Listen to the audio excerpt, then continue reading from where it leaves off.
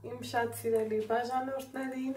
ասում եմ բարի խաղաղ երեկո, որտեղ բարի խաղաղ երեկո, որտեղ բարի լույս, քանի որ գիտեմ, ինձ դիտում են աշխարհի տարբեր կողմերից։ Ամեն դեպքում ցանկացած տանտիրուհի էլ, որ արթնանում եմ, մտածում ենք ինչ եփել այսօրի մասին։ Եվ ես էլ ձեր նման մտածում եմ ինչ եփել այսօր։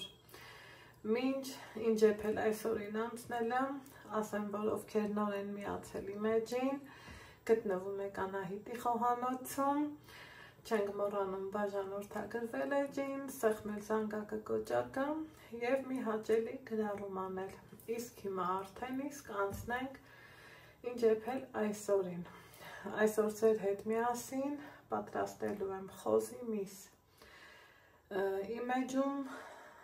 խոզի մսի պատրաստման տարբեր բաղադրատոմսեր ունեմ,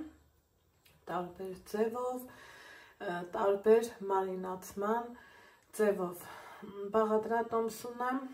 որ մարինացնում եք ջերմուկով, որ ավելի փափուկ լինի, բերանում հալվող լինի։ Բաղադրատոմս կամ,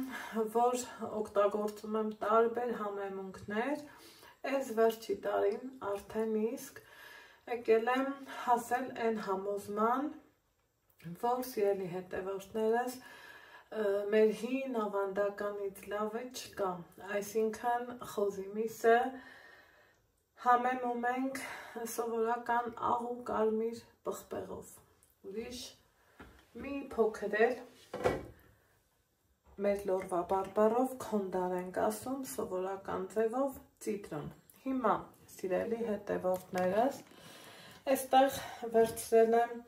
իմ շատ սիրելի տապակը, քանի որ ինքը չկպնող է,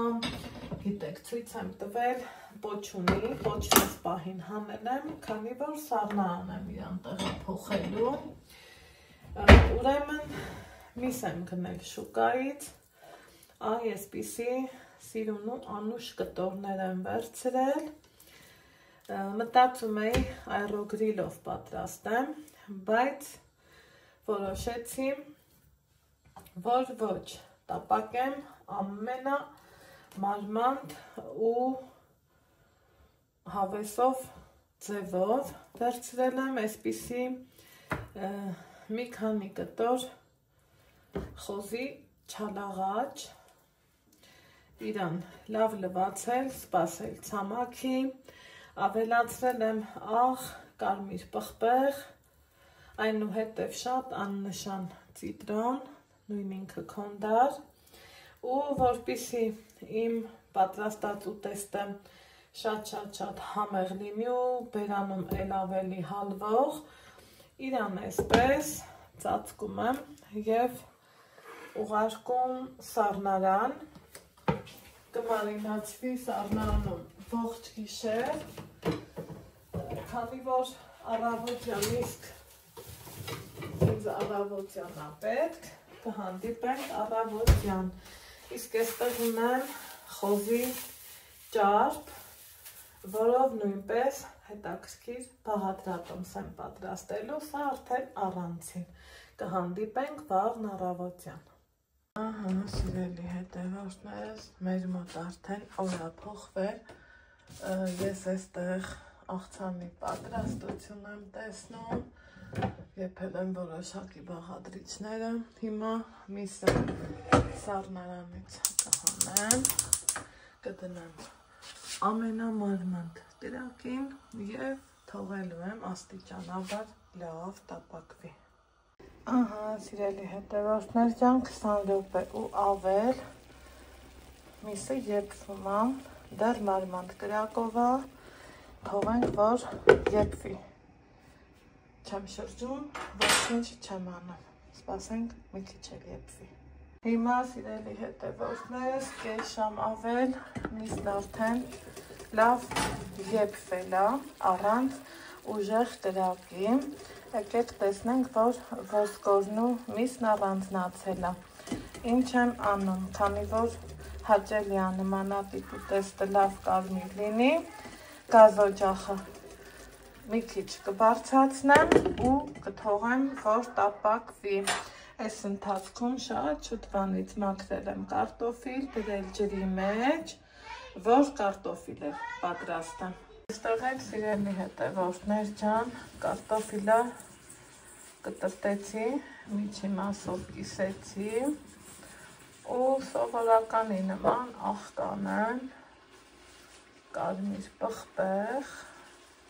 պարզավոր այսպես կխառնեմ ու տեսնենք ինչ վիճակում է միսը։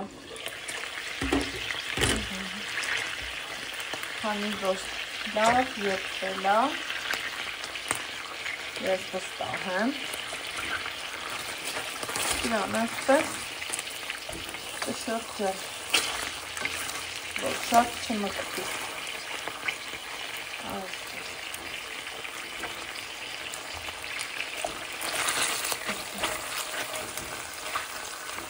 Հաճելի ձևով ինքը տապակվեց, ինչը որ ես ուզում էի, և տապակվեց, և կարելի ասել շոգ է խաշվեց, մյուս երեսն է,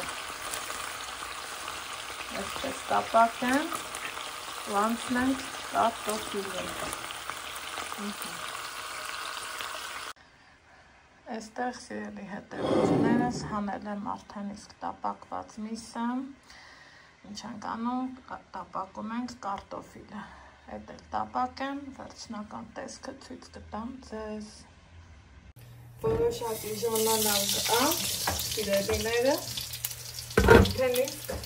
պատրաստվեց, տապակվեց կարտոֆիլը, տեսեք ինչ կարմիր,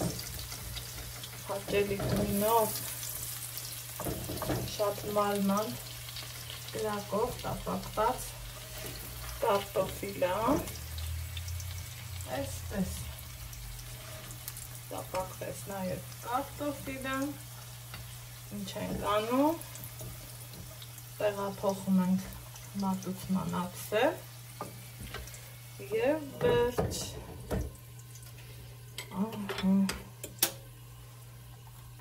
այսպես, դե այս ամենի հետ սիրելիներս պարտադիրից պարտադիր կսազի նաև 4 սոխը, ասեք, որ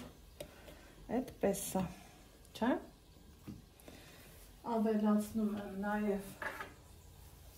4 սոխ, գլուխ սոխ, այսպես ձեռքով,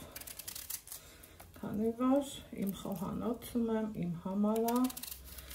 և ովքեր ինձ շուտվանից հետևում են, գիտեն, որ այլ կերպ լինել չի էլ կարող։ Դա ինչ, սիրելի հետևորդներս, այսքանով ավարտում եմ իմ տեսանյութը, ձեզ ասում եմ ստեսություն, լավ եղեք, առողջ եղեք, իսկ մենք կհանդիպենք հաջորդ համեղ բաղադրատոմսով, առայժմ։ Ահա, սիրելի հետևորդներս, այստեղ են չէ, ասում պահ, վայ չուտողին,